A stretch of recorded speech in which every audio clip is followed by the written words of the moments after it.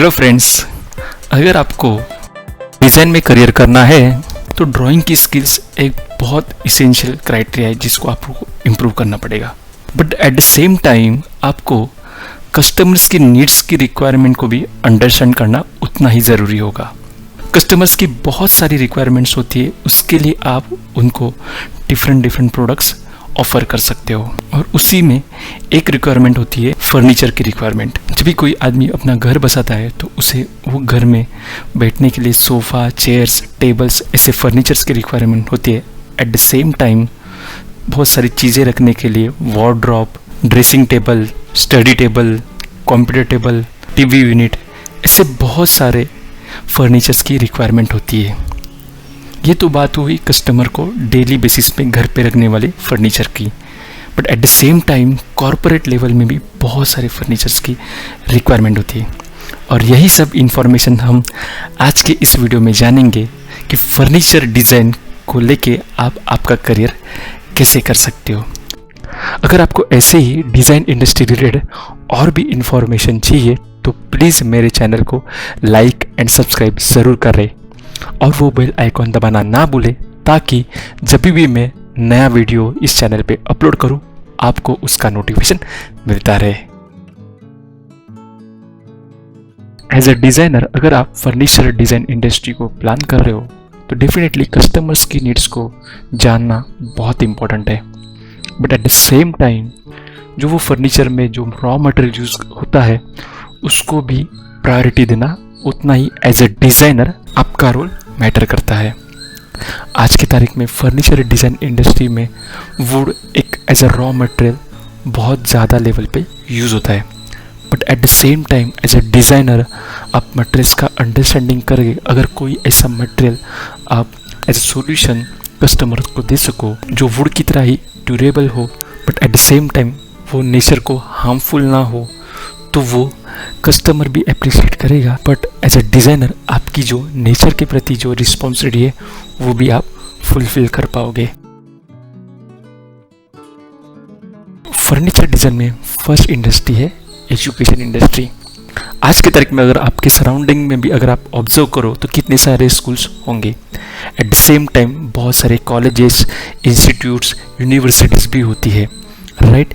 Apart from that 10th 12th के लिए private classes, IIT preparation के लिए क्लासेस, मेडिकल स्टडीज़ के लिए क्लासेस, MBA लर्निंग के लिए भी क्लासेस, ऐसे बहुत सारे इंस्टीट्यूट्स होते हैं जो एजुकेशन इंडस्ट्रीज़ में कैटर होते हैं और उनको भी फर्नीचर्स की रिक्वायरमेंट होती है।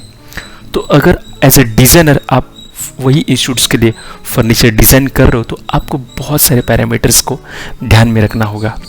अगर आप कोई junior KG, senior KG schools के लिए अगर फर्नीचर डिज़ाइन कर रहे हो तो उधर के जो बेंच होंगे उनकी हाइट वो बच्चों के हिसाब से बनानी पड़ेगी। एट द सेम टाइम वो फर्नीचर्स को, वो बेंच को कैसे अट्रैक्टिव कर सकते हैं, उनको कलर्स को कैसे अलग अलग बना सकते हैं सो दैट वो स्टूडेंट्स को वो बहुत अट्रैक्टिव लगे और उनको स्टडी करने में भी बहुत मज़ा आए। But at the same time अगर कोई आप मास्टर के कॉलेज के लिए अगर फर्नीचर डिज़ाइन कर रहे हो तो उनकी रिक्वायरमेंट कम्प्लीटली डिफरेंट होगी।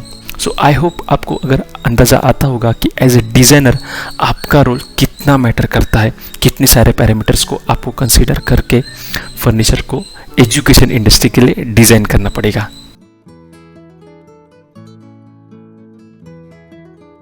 होम फर्नीचर, यस, हमें हमारे घर में भी बहुत सारी फर्नीचर्स की रिक्वायरमेंट होती है।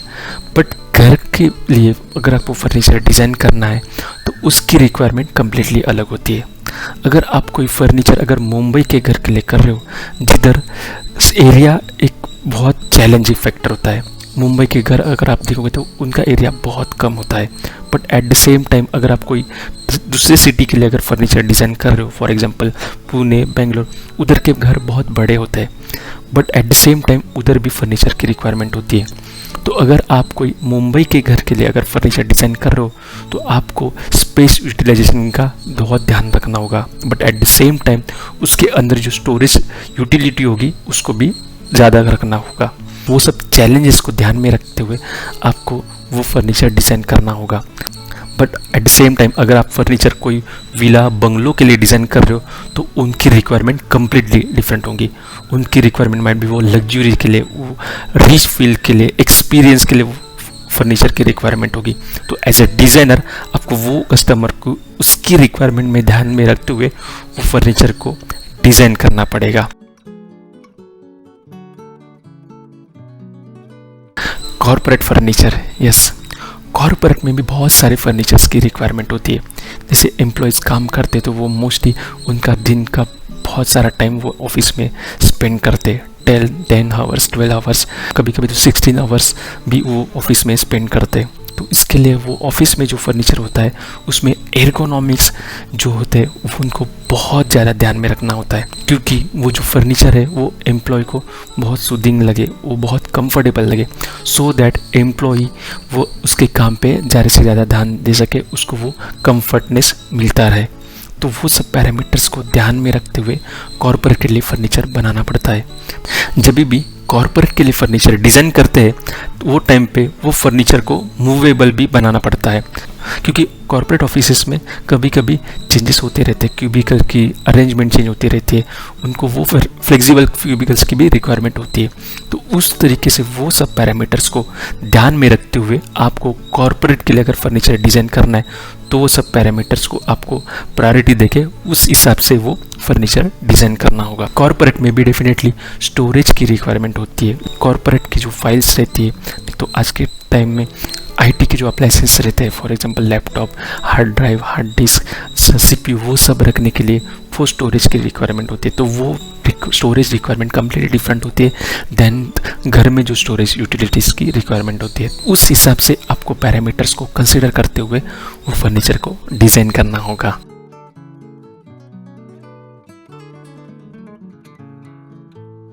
नेक्स्ट टाइम जब भी आप कोई मॉल में जाओ तो मैं आपको रिक्वेस्ट करूंगा कि वो मॉल में जो भी फर्नीचर है उसको आप थोड़ा ध्यान से ऑब्जर्व करना, वो उसका डिज़ाइन कैसे बनाया गया है, उसके कलर्स कैसे यूज़ किए गए, वो सब आप ध्यान से ऑब्जर्व करना। डेफिनेटली मॉल में जो फर्नीचर बनता है उसके लिए कोई स्टोरेज की रिक्वायरमेंट नहीं होती, but at the same time mall का फर्नीचर बहुत ज़्यादा ड्यूरेबल बनाने की रिक्वायरमेंट होती है, क्योंकि वो furniture eight the same time बहुत सारे कस्टमर यूज़ करते होते हैं। बहुत टाइम ऐसे होता है वो किड्स वो फर्नीचर पे खेलते रहते हैं। तो वो सब पैरामीटर्स को ध्यान में रखते हुए उसकी ड्यूरेबिलिटी बहुत मैटर करती है और उसको टॉप प्रायोरिटी दी जाती है। But at the same time वो दिखने में कैसे सुंदर हो, बैठने के लिए कितना कंफर्टेबल हो, वो कस्टमर का एक्सपीरियंस कैसे रीच करे, वो पैरामीटर्स को भी ध्यान में रखना होता है। तो अगर आप कोई मॉल के लिए फर्नीचर डिज़ाइन कर रहे हो तो वो सब पैरामीटर्स को भी ध्यान रखना उतना ही इम्पोर्टेंट होता है। Furniture for airport and bus stand, yes, airport and bus stand पे भी फर्नीचर की रिक्वायरमेंट होती है। बट एयरपोर्ट पे जो कस्टमर ट्रैवलर्स ट्रैवल करते हैं वो बहुत अलग लेवल के होते हैं। वो बिजनेस पीपल हो सकते हैं, कॉर्पोरेट पीपल हो सकते हैं, ट्रैवलर्स हो सकते हैं, स्टूडेंट्स हो सकते हैं। तो वो सब कस्टमर्स को ध्यान में रखते हुए फर्नीचर, एयरपोर्ट पे जो फर्नीचर होता है उसको डिज़ाइन किया जाता है। मैं आपको रिक्वेस्ट करूंगा, अगर आपको नेक्स्ट टाइम कभी भी ये मौका मिले कि आप मुंबई के T2 टर्मिनल पे जाओ, नहीं तो दिल्ली के एयरपोर्ट पे जाओ, बेंगलोर के एयरपोर्ट पे जाओ, तब आप उधर के फर्नीचर को, उधर के सब एनवायरनमेंट को डेफिनेटली क्लोजली ऑब्जर्व करो। उसमें किस तरीके से कलर्स यूज़ किए गए, कैसे डिफरेंट मटेरियल यूज़ किए गए, लाइट को कैसे यूज़ किया गया है, वो सब आप ध्यान से ऑब्जर्व करना, सो दैट आपको वो सब पैरामीटर्स जो मैं बात कर रहा हूँ उसको और ज़्यादा तरीके से समझने में आसानी होगी। और नेक्स्ट टाइम जब भी आप कोई फर्नीचर ड्रॉ करो तो आप वो पैरामीटर्स को आपके ड्राइंग में लेके आ सकते हो। रेस्टोरेंट होटल इंडस्ट्री, यस, ये भी एक बहुत बड़ी इंडस्ट्री है जिधर फर्नीचर की रिक्वायरमेंट होती है।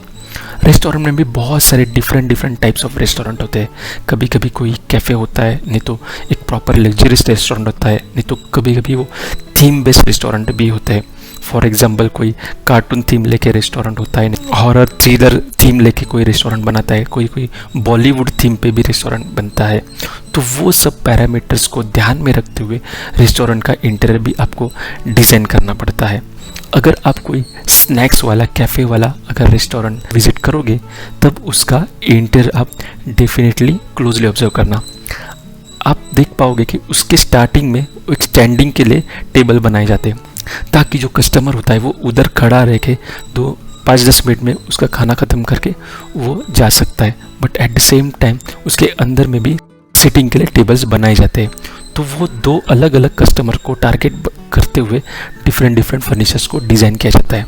तो उसी तरीके से अगर आप कोई कैफ़े के लिए फर्नीचर बना रहे हो तो उसकी रिक्वायरमेंट, उधर आने वाला जो कस्टमर है वो डिफरेंट होगा। But at the same time अगर आप कोई एक्सपीरियंस वाला रेस्टोरेंट के लिए फर्नीचर डिज़ाइन कर रहे हो तो उसकी रिक्वायरमेंट अलग होगी, और उसके हिसाब से मटेरियल्स, कलर्स वो सब चेंज होगा।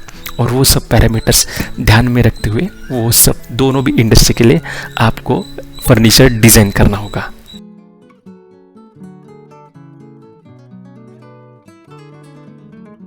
फर्नीचर डिज़ाइन एक ऐसी इंडस्ट्री है जिधर ऑर्गेनाइज एंड अनऑर्गेनाइज प्लेयर्स भी अवेलेबल है। अगर ऑर्गेनाइज की मैं बात करूँ तो बहुत सारे ब्रांड्स हैं जो फर्नीचर डिज़ाइंस में सॉल्यूशंस प्रोवाइड करते हैं। For example Godrej Interio, Durian, IKEA, Home Centre, ऐसे बहुत सारे ऑर्गेनाइज प्लेयर्स अवेलेबल है जो ब्रांड के अंडर उनका फर्नीचर सेल करते हैं। But at the same time unorganised players भी बहुत होते हैं जो बहुत सारे ऐसे सॉल्यूशंस प्रोवाइड करते हैं। तो आप वो दोनों इंडस्ट्री को कैटर कर सकते हो और दोनों में भी आपका करियर डेफिनेटली आप प्लान कर सकते हो। ऑर्गेनाइज प्लेयर की मैं बात करूँ तो डेफिनेटली इंडिया में बहुत सारे प्लेयर्स हैं, but at the same time international भी बहुत सारे ब्रांड्स हैं जो फर्नीचर डिज़ाइन में रोल प्ले करते हैं। इंडस्ट्री में जो सबसे बड़ा ब्रांड है फॉर एग्जांपल आइकिया, इंडस्ट्री में जो सबसे टॉप में ब्रांड आता है जो है आइकिया, वो आज की तारीख में इंडिया में भी वो मौजूद है। तो उनको भी अगर फर्नीचर डिज़ाइन के स्टैटिस्टिक्स की मैं अगर बात करूँ, अगर आप सिर्फ आइकिया का ही अगर नंबर्स ले तो 2019 में उन्होंने 400 करोड़ का रेवेन्यू जनरेट किया था, और उन्होंने वो टाइम पे अनाउंस भी किया था उनके शॉप से डेली ऑलमोस्ट 2 करोड़ के वर्थ ऑफ गुड्स उन्होंने सेल किए थे। तो आप सोच सकते हो कि सिर्फ एक ब्रांड की ये वैल्यूज़ है तो सब ब्रांड्स मिलके फर्नीचर डिज़ाइन इंडस्ट्री भी कितनी बड़ी होगी, और फ्यूचर में भी उसकी रिक्वायरमेंट कैसे होने वाली है। सो आई होप आपने इस वीडियो से बहुत सारे इनपुट्स लिए होंगे। अगर आपको फर्नीचर ड्राइंग करने में अच्छा लगता है, उनको ऑब्जर्व करना अच्छा लगता है, तो प्लीज़ आप ये इंडस्ट्री को definitely as a dream industry plan कर सकते हो, और इधर आपका करियर भी बहुत अच्छी तरीके से अचीव कर सकते हो। बट उसके लिए आपको वो प्लानिंग की बहुत ज़रूरत होगी, और इसी प्लानिंग में अगर आपको कुछ भी डाउट है तो प्लीज़ आप कमेंट बॉक्स में मेंशन करना। मैं ट्राई करूँगा आपके सब डाउट्स क्लियर करने की। मैं चाहता हूँ कि आप मेरे इंस्टाग्राम अकाउंट को भी फॉलो कीजिए, ताकि उधर भी आप मुझसे कनेक्ट हो सकते हो, और आपको भी अगर डिज़ाइन रिलेटेड कुछ भी डाउट्स है तो आप उधर भी मेंशन कर सकते हो। और अगर आपके क्वेरी पे अगर ज़्यादा इन्फॉर्मेशन देनी हो तो मैं वो पॉइंट पे भी ज़रूर वीडियो बनाऊंगा। सो आज के वीडियो में इतना ही। अभी हम नेक्स्ट वीडियो में मिलेंगे, तब तक के लिए बाय बाय।